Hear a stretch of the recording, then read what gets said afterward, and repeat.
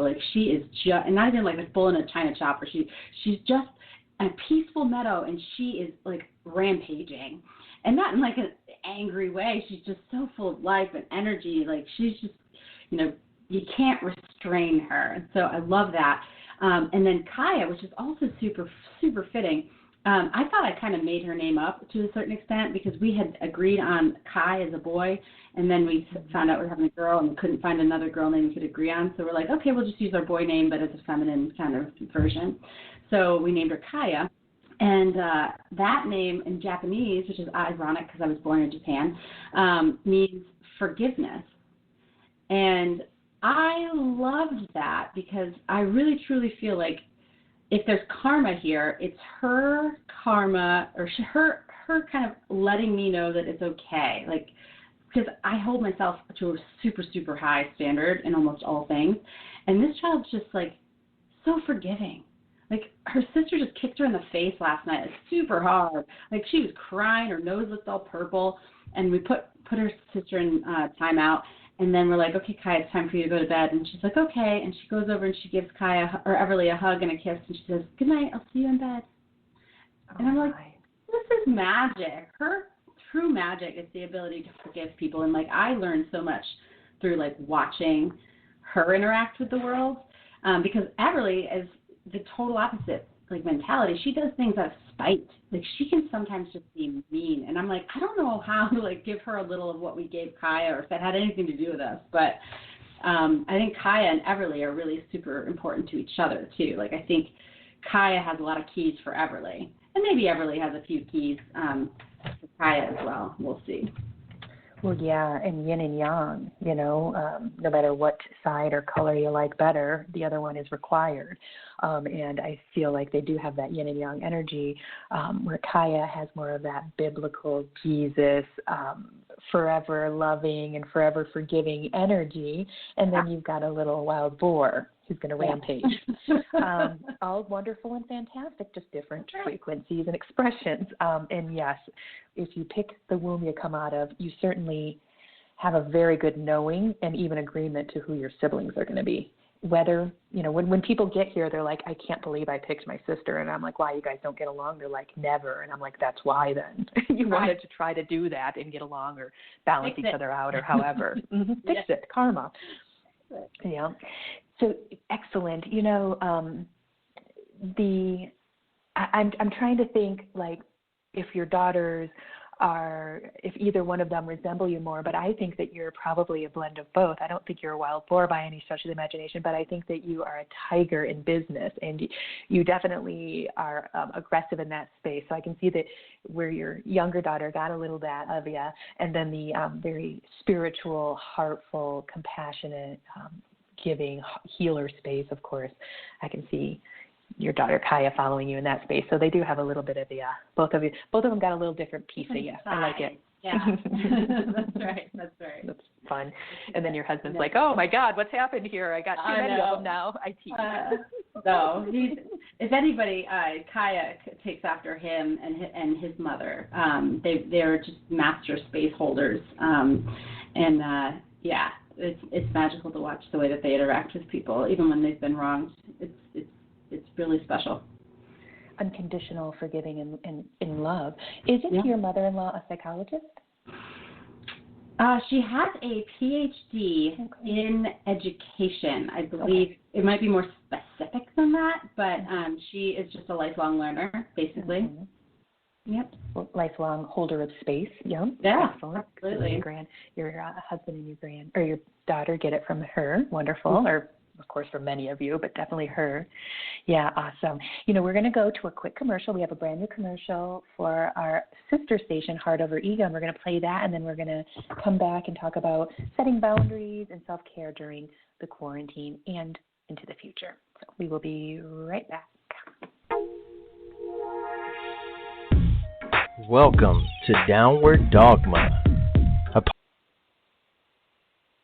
Wrong one. Sorry about that, guys. We will get the actual right one. Jeez. And I'm not seeing our new commercial. Oh, there it is. Sorry, guys.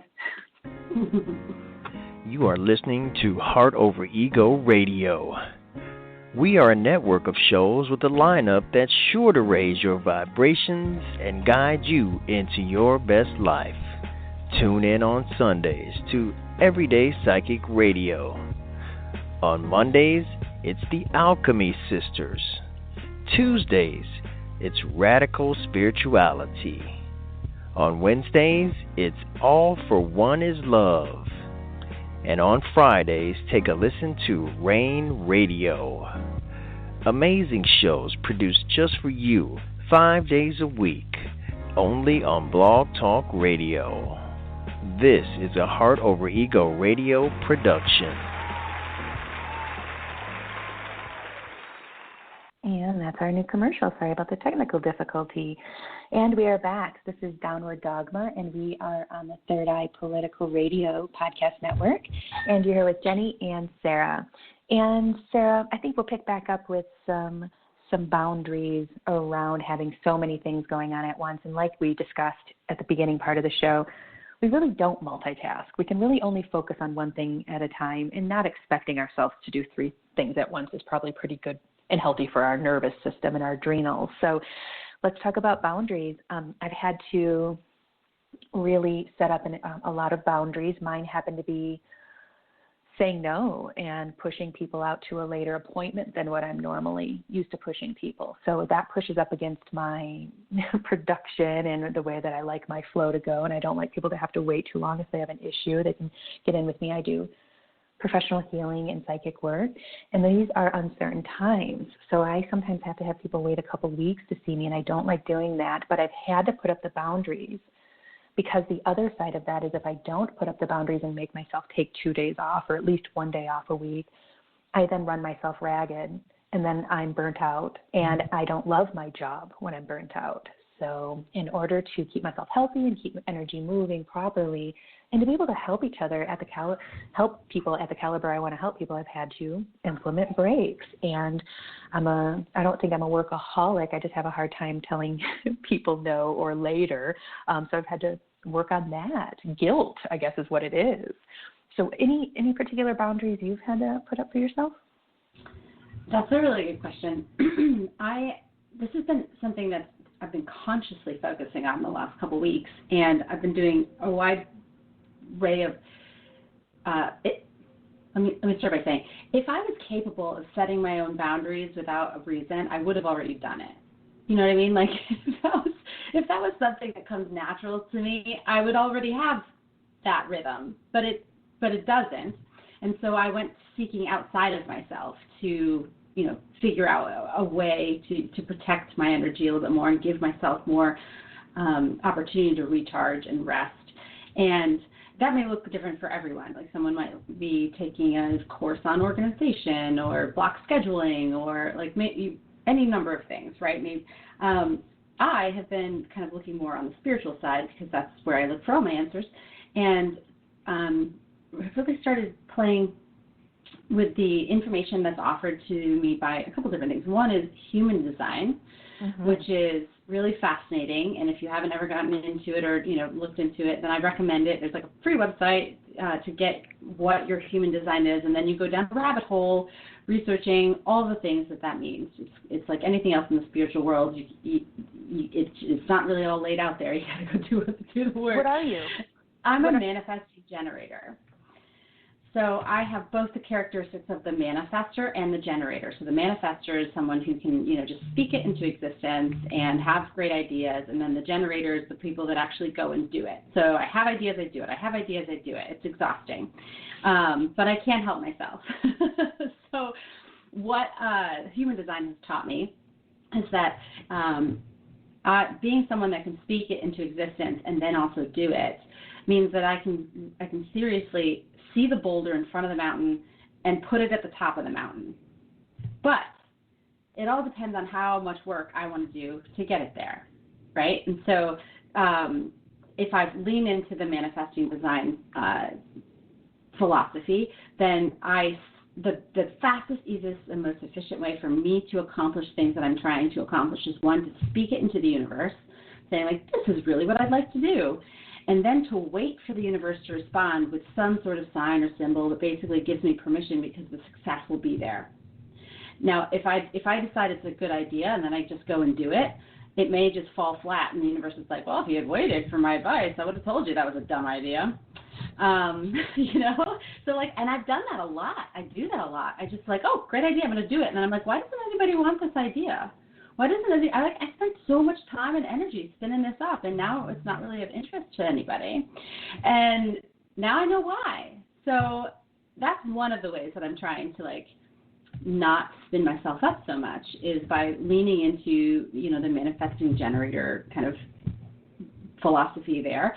And then the other, which I'm just starting this month, but I really feel like it's going to work. And it's from the same book, Rise Sister Rise, from Rebecca Campbell. She talks about using your menstrual cycle to determine where your most amount of power is at any given point of your cycle. And so there's four phases, for those that don't know. There's four parts of the monthly cycle.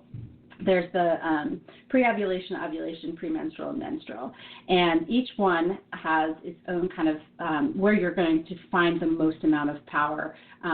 So, for example, the menstrual cycle itself, that part of it, when you're menstruating, the most amount of power is resting.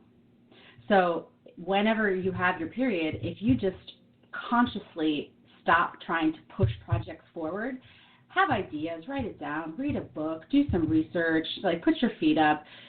By the time pre-ovulation happens, you're going to be ready to make a plan. Like you're going to be able to actually put all of those thoughts and all of those things into actually something that can be executed successfully. Then ovulation, boom, you hit the ground running, you launch the thing, you negotiate fiercely, like you do all of that stuff during that part of your cycle. And then after ovulation is premenstrual, and that's where you refine things. So you go back, you fix whatever didn't work during that week of plowing through it. It's just kind of really fascinating because for the past month I've watched it. I've kind of tried to implement these things. And by golly, if it isn't working. I know of Rebecca, and my good friend and business partner Mandy Elam, who I do the Alchemy Sisters with on our sister station Heart Over Ego, she talks about her all the time and talks about this exact thing that you're speaking of. And Mandy went to a traditional college. I can't remember where. It might have been up in Vermont or something. She went to a traditional college right out of high school for business. She took Rebecca Campbell's business course, and Mandy said she learned more in that than the 4 years in college.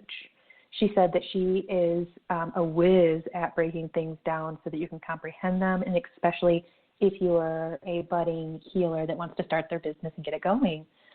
I guess you could probably apply it to any business, but she apparently is a business whiz and has broken it down. I'll have to get the name of the program Mandy took. I know it was a nice lengthy one. I don't think it was every day or anything, but it definitely took her several months to get through.